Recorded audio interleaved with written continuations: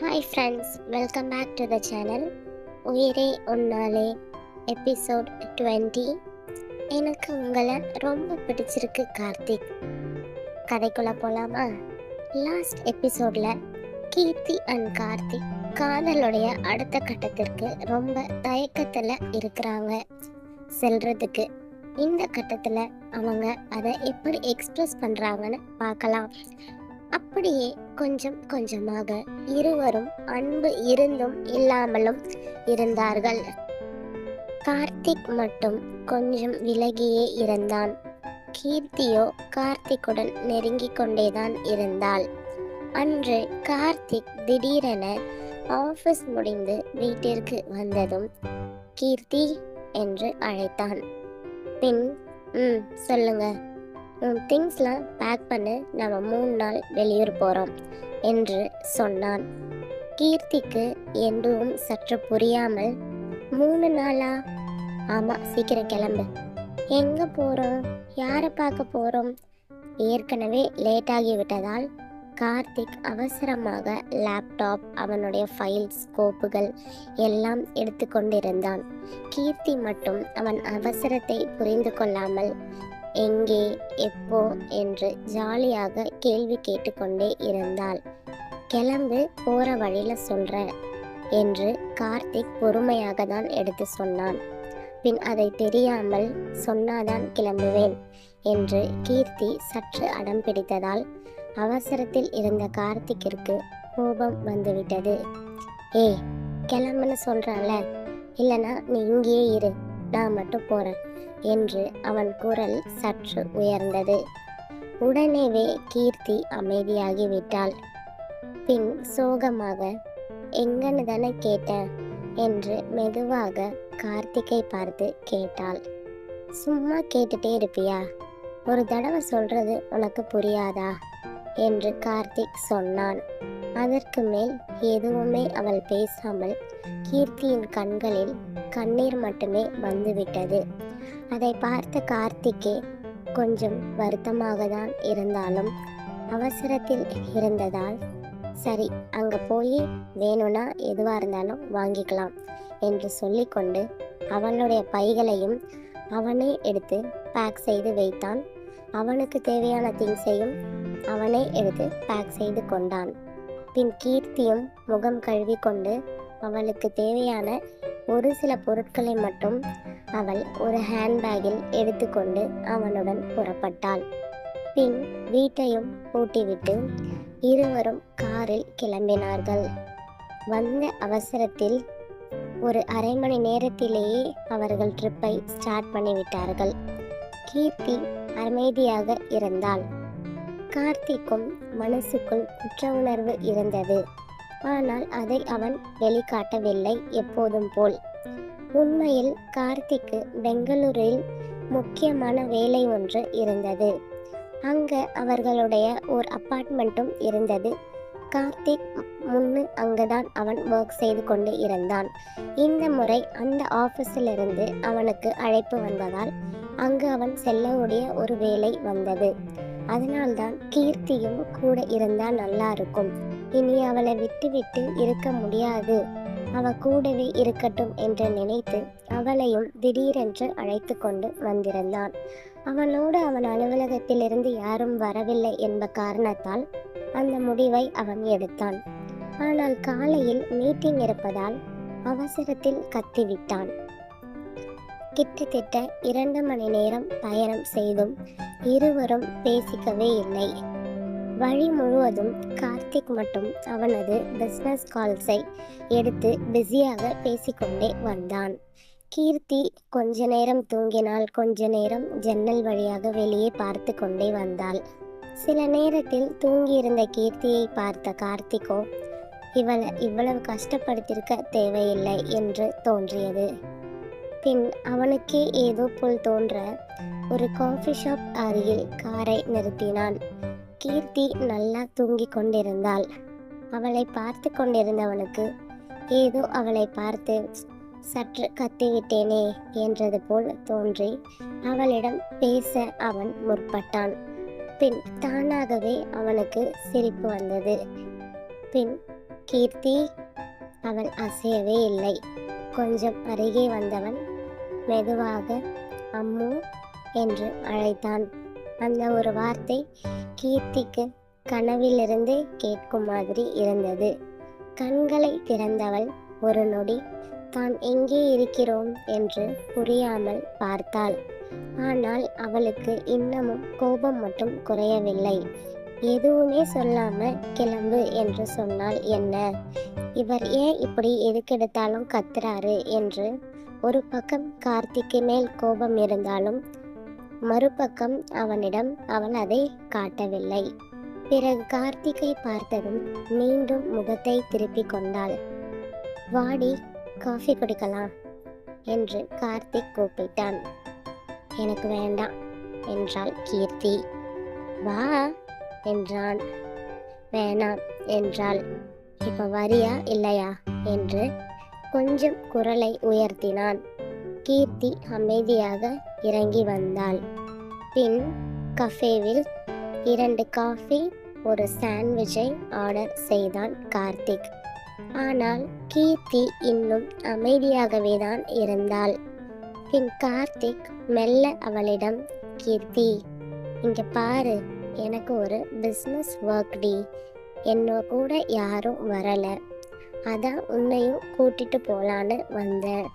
அங்க நம்ம வீடு இருக்கு, நீ கம்ஃபர்டபுளா இருக்கலாம் அங்க. நாளைக்கு காலையில ஆஃபீஸ் போயிடுவேன், அதுக்கப்புறம் 2 நாள் ஃப்ரீ தான். நான் உன் கூட டைம் ஸ்பெண்ட் பண்ணுவேன். நீ இங்க இருந்தாலும் தனியா தான் இருப்ப, அதனால தான் உன்னை என் கூடவே கூட்டிட்டு போகணும்னு நினைச்சேன். நம்ம கொஞ்சம் தனியா இருக்கலாம்னு. நீ நான் மட்டும் ஆஃபீஸ் காலேஜ்லாம் இல்லாம கொஞ்சம் தனியா இருக்கலாமே அப்படின்னு நினைச்சேன். அதான் சடனா கூட்டிட்டு வந்துட்டேன். கீர்த்தி அவனையே பார்த்து கொண்டிருந்தாள். அவனா இப்படி பேசுறான் என்பது போல். பின் கார்த்திக் என்னடி என்று கேட்டாள். பின் எதுக்கு உங்களுக்கு அவ்வளோ கோபம் வருது கார்த்திக் என்றபடி கீர்த்தி அவனை பார்த்து கேட்டாள். பின்ன நான் அவசரத்தில் இருக்கேன், நீ கூலா கேள்வி கேட்டுட்டே இருந்த. மனதிற்குள் சிடுமூஞ்சி என்று திட்டினாள். பின் கார்த்திக் என்னடி சொன்ன இப்ப என்று அவள் கையை பிடித்தான். ஒன்றும் இல்லை என்று முகத்தை திருப்பினாள் கீர்த்தி. சரி சாரி என்றான். ஒன்றும் வேண்டாம் என்றாள் கீர்த்தி. பின்னர் அவளை சமாதானம் செய்து காஃபியையும் குடிக்க வைத்து அது முடிந்த பிறகு அந்த இடத்தில் இருந்த பறவைகளையும் அழகான இயற்கையையும் பார்த்து கொண்டிருந்தாள் கீர்த்தி. கார்த்திக் அருகில் வந்து அவள் காதோரத்தில் போலாமா என்று கேட்டான். என்று சிரித்து அவன் கையை பிடித்து கொண்டே சென்றாள். மீண்டும் கார் பயணம் தொடங்கியது. கொஞ்ச நேரம் சாங்ஸ் ஒலித்து கொண்டிருந்தன. அதுவும் ஒன்றன் பின் ஒன்றாக காதல் பாடல்களாக. கீர்த்தி எதையும் கண்டு கொள்ளாமல் அமைதியாக அமர்ந்திருந்தாள். பின் சிறிது நேரத்தில் திடீரென்று பலத்த மழை ஆரம்பித்தது. எதிரே வரும் வண்டிகள் கூட தெரியாத அளவுக்கு மழை கொட்டி தீர்த்தது. கீர்த்தி கொஞ்சம் பயந்து விட்டாள். பின் அவளுக்கு இப்படியே போனால் இது சரி வராது என்று தெரிந்து கார்த்திக் என்று கூப்பிட்டாள். சொல்லு என்றான். சைட்ல கொஞ்சம் நிறுத்துங்களேன், மழை விட்டதுக்கு அப்புறம் போலாம் என்றாள். அதெல்லாம் ஒன்றும் இல்லை, நீ வா, நான் மேனேஜ் பண்ணிக்கிறேன் என்றான் கார்த்திக். இல்லை நீங்க நிறுத்துங்க, எனக்கு பயமா இருக்கு என்றாள் கீர்த்தி சற்று அழுவது போலவே. பின் அவளை பார்த்தவன் மழையையும் மிகவும் அதிகமாக இருப்பதை கவனித்து காரை ஒரு பெரிய மரத்தின் அருகில் ஓரமாக மெதுவாக நிறுத்திவிட்டான். பின் அவன் கையையும் பிடித்தாள். அந்த ஒரு நொடியில் கார்த்திக்கின் பார்வை அவள் கையை நோக்கி சென்றது. பயத்தில் அவள் அவன் கையை இன்னும் இறுக பிடித்திருந்தாள். அதை பார்த்தவனுக்கு கோபமும் இல்லை, மனமும் அமைதியானது. பின் அந்த மழையிலும் அந்த கையை மட்டும் விட்டுவிட அவனுக்கு மனசு வரவில்லை. ஏதோ ஒரு உணர்வு கார்த்திக் மனதில். பின் மழை இன்னும் அதிகமாக தான் பெய்து கொண்டே இருந்தது. கீர்த்தி சொன்னதால் தான் காரை ஒரு பெரிய மரத்தின் கீழ் நிறுத்தினான் கார்த்திக். வெளியே இடி மின்னலுடன் மழை அடித்து கொண்டிருந்தது. காருக்குள் கீர்த்தி அவன் கையை இறுக்கி பிடித்தபடி வெளியே பார்த்து கொண்டிருந்தாள் பயத்துடன். கார்த்திகோ அவன் மொபைலில் ஏதோ டைப் செய்து கொண்டிருந்தான். ரேடியோவில் காதல் பாடல்கள் எப்பொழுதும் போல் ஓடியது. பின் கீர்த்தி ஜன்னல் வழியாக மழை விடணும் என்றே யோசித்து கொண்டிருந்தாள். ஏனென்றால் மழை அவ்வளவு இருந்தது அவளுக்கு பயத்தை மிகவும் கொண்டது.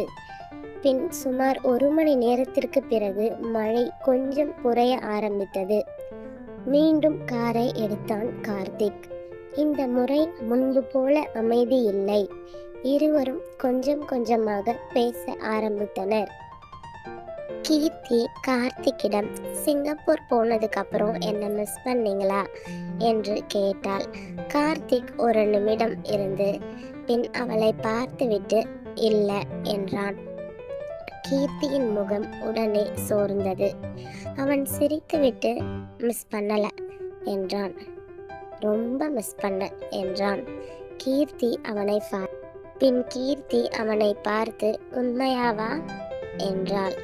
ஆமா என்றதும் வெட்கப்பட்டாள்.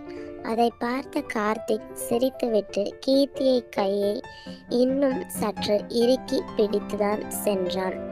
பெங்களூரு அடைந்தார்கள்.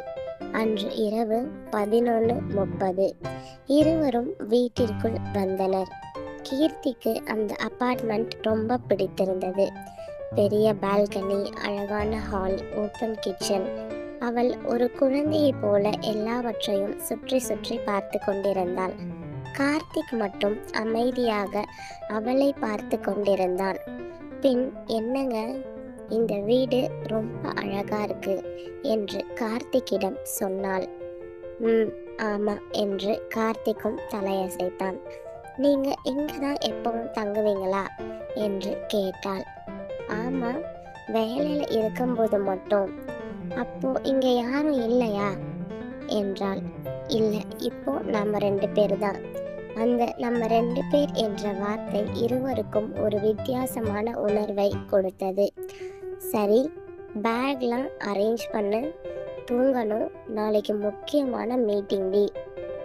சரி என்று கூறிவிட்டு கீர்த்தியும் அதை செய்ய கிளம்பினாள். கார்த்திக்கும் ஃப்ரெஷ்ஷாக சென்றான். கீர்த்தி அவன் திங்ஸை அவன் ரூமில் அரேஞ்ச் செய்து கீர்த்தியோட இன்னொரு அறையில் அவளுடைய திங்ஸை அவள் அரேஞ்ச் செய்தாள். கார்த்திக் வந்ததும் தூங்கலாமா என்றான். கீர்த்தி புரியாமல் பார்த்தாள். நீங்க படுங்க, நான் அந்த ரூம்ல போய் படுக்கிறேன், குட் நைட் என்றாள். பின் எங்கடி போற, என் கூடவே தூங்கு என்றான். கீர்த்தி புரியாமல் உங்க கூடவா என்று கண்களை உருட்டினாள். அதெல்லாம் வேணாம், நான் அந்த ரூம் போறேன் என்று திரும்பினாள். கார்த்திக் எட்டி அவளை பின்னாலிருந்து தன் பக்கம் இழுத்து அணைத்து கொண்டான். கீர்த்தி அவன் பக்கம் திரும்பி கையை கார்த்திக்கின் கழுத்தில் கோர்த்து கொண்டு நின்றாள். கார்த்திக் அவள் இடையில் கை கோர்த்தபடி அவளை பார்த்தான். எங்கடி போற என்று கேட்டான்.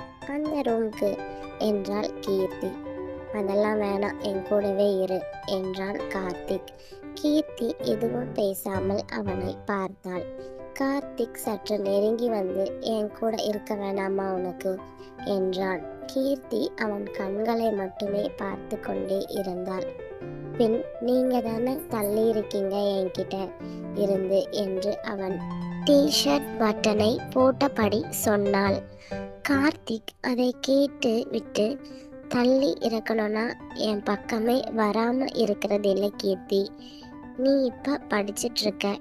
இப்ப நாம எல்லா கணவன் மனைவி மாதிரி இருந்தா அது உன் படிப்புல ஸ்பாயில் பண்ணும்ல என்று நேற்று சொல்ல தயங்கியதை இன்று அவ்வளவு பொறுமையாக எடுத்து சொன்னான். கீர்த்தி அதையெல்லாம் அவன் கண்களை பார்த்து கொண்டே கேட்டுக்கொண்டு இருந்தாள். கார்த்திக் எங்கு அவள் கோபித்து கொள்வாளோ, நாம் சொல்ல வருவது புரியாமல் ஏதாவது நினைத்து விடுவாளோ என்று சற்றே அவன் பேச்சையும் மாற்றிவிட்டான். உன்னை விட்டு எங்கேயும் நான் போக மாட்டேன், சரியா என்றான். கீர்த்தி குழம்பி போய் சரி என்று தலையசைத்தாள். பின் கார்த்திக், அம்மோ கோவமா என்றான். கார்த்திக் இல்லை என்றபடி தலையசைத்தாள் கீர்த்தி. பின் கார்த்திக் அவளை நெருங்கி அவள் நெற்றியில் அவன் இதழை அழுத்த பதித்தான். கீர்த்தி கண்களை மூடி அதை முழுவதுமாக ஏற்றுக்கொண்டு அவனையும் அணைத்து கொண்டாள். இருவரும் அவ்வாறே அந்த இரவை கடந்து பின் ஒரே அறையில் அவன் ஒரு பக்கம் இவன் ஒரு பக்கம் என கைகள் கோர்த்தபடியே தூங்கினார்கள். பின் அடுத்த நாள் காலை 6 மணிக்கே எழுந்து கார்த்திக் ரெடியாகி அவன் ஆபீஸிற்கும் கிளம்பிவிட்டான். கீர்த்தி இன்னும் தூங்கிக் கொண்டிருந்தாள்.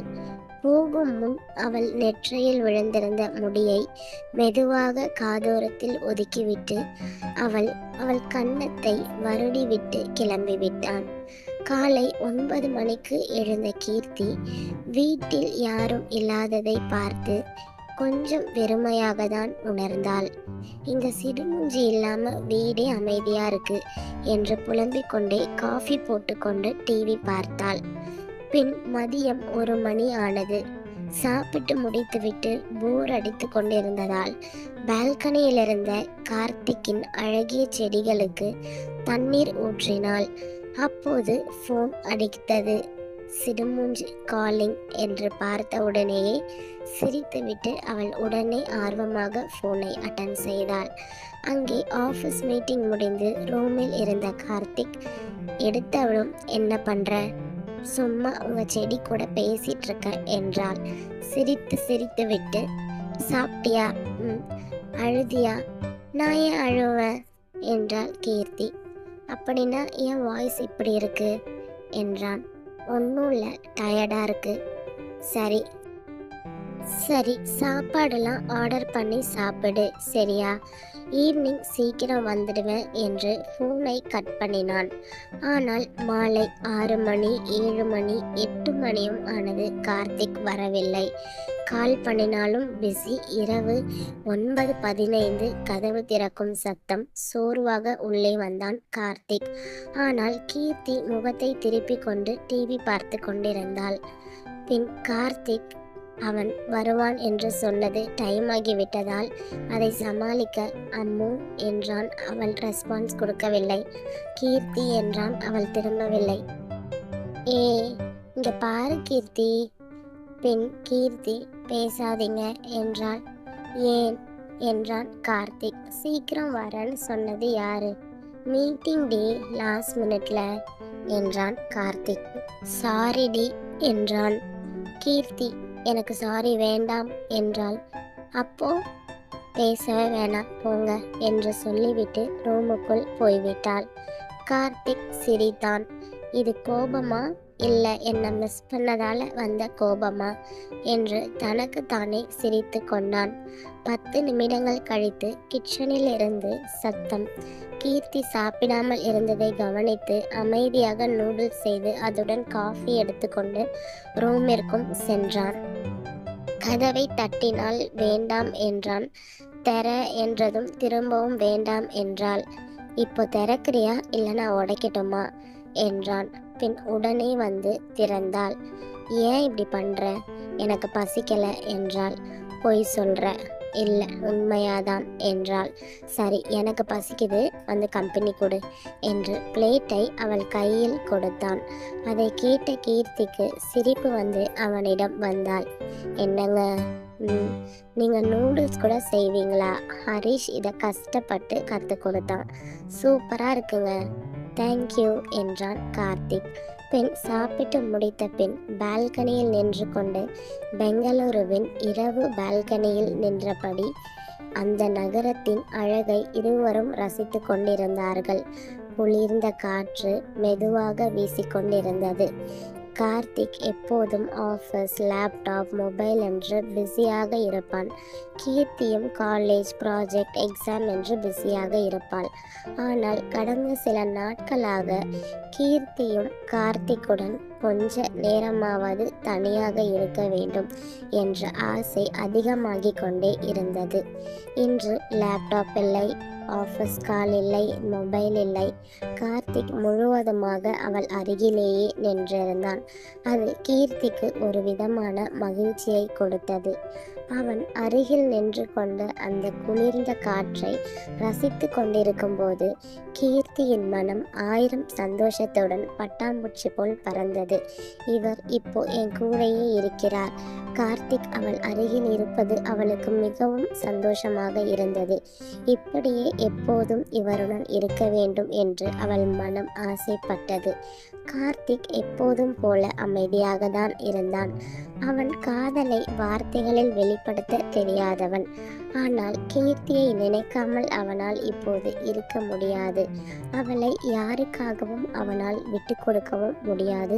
முழுக்க முழுக்க அவன் கீர்த்தியிடம் மட்டும் தனியாக இருக்க வேண்டும். இன்னும் அவர்களுடைய காதலை அடுத்த கட்டத்திற்கு எடுத்து செல்ல வேண்டும் என்றே அவன் பெங்களூருக்கு அவளை அழைத்து வந்திருக்கிறான். அவ்வளவு உரிமை, அவ்வளவு பாசம் அவனுக்குள் இருந்தது. கொஞ்ச நேரம் கழித்து கீர்த்தி அவன் முன்னால் வந்து நின்றாள். என்னடி என்று கேட்டான் கார்த்திக். சொல்லு. கீர்த்தி மெதுவாக தன் கைகளை அவன் கழுத்தில் கோர்த்து கொண்டாள். கார்த்திக் சற்று திகைத்து, கீர்த்தி, யாராச்சும் பார்க்க போறாங்க, தள்ளி நில்லு என்றான். அதெல்லாம் யாரும் பார்க்க மாட்டாங்க, நீங்க சும்மா இருங்க என்றாள் கீர்த்தி. அவன் கண்களையே பார்த்து கொண்டே இருந்து, பின் நான் சொல்றத கேளுங்க என்றாள். பின் கீர்த்தி அவள் மனதிலிருந்து, எனக்கு உங்களை ரொம்ப பிடிச்சிருக்கு கார்த்திக், உங்க கூடவே இருக்கணும் போல இருக்கு, ஆனால் நீங்க எப்பவும் கொஞ்சம் விலகியே இருக்கீங்க என்று மனதில் இருந்ததை சொல்லிவிட்டாள். அவள் குரலில் இருந்த அந்த ஏக்கம், அவள் கண்களில் இருந்த வருத்தம் கார்த்திக்கு புரிந்தது. அவளை பின்னிருந்து அணைத்து அவள் கழுத்து வளைவில் முகம் புதைத்து, எனக்கு தெரியும்டி என்று கூறினான். என் பொண்டாட்டி டி நீ, உன்னை விட யாருக்கும் என் மேல உரிமை கிடையாது. அந்த இரவு காதலை விட புரிதல் அதிகமாக இருந்தது. அவசரத்தை விட அக்கறை அதிகமாக இருந்தது. அன்பும் அமைதியும் நம்பிக்கையும் நிறைந்த அந்த இரவு இருவரின் மனதையும் இன்னும் கொஞ்சம் கொஞ்சமாக நெருக்கமாக்கி மெதுவாக அது அவர்களை நகர்ந்து சென்றது. இப்படியே அவள் வாழ்க்கையின் காதலின் அடுத்த கட்டத்திற்கான அந்த ஒரு நொடியை அவர்களுக்கு புரிய வைக்க போகிறது இந்த பெங்களூரு பயணம். தொடரும். உங்களுக்கு இந்த எபிசோட் எப்படி இருந்தது? உங்கள் கருத்துக்களை கமெண்ட்ல பதிவு செய்யுங்க. அடுத்து என்ன நடக்கும், என்ன நினைக்கிறீங்க என்று உங்கள் கெஸ்ஸையும் சொல்லுங்கள். இந்த ஸ்டோரி பிடிச்சிருந்தா லைக் பண்ணுங்கள்.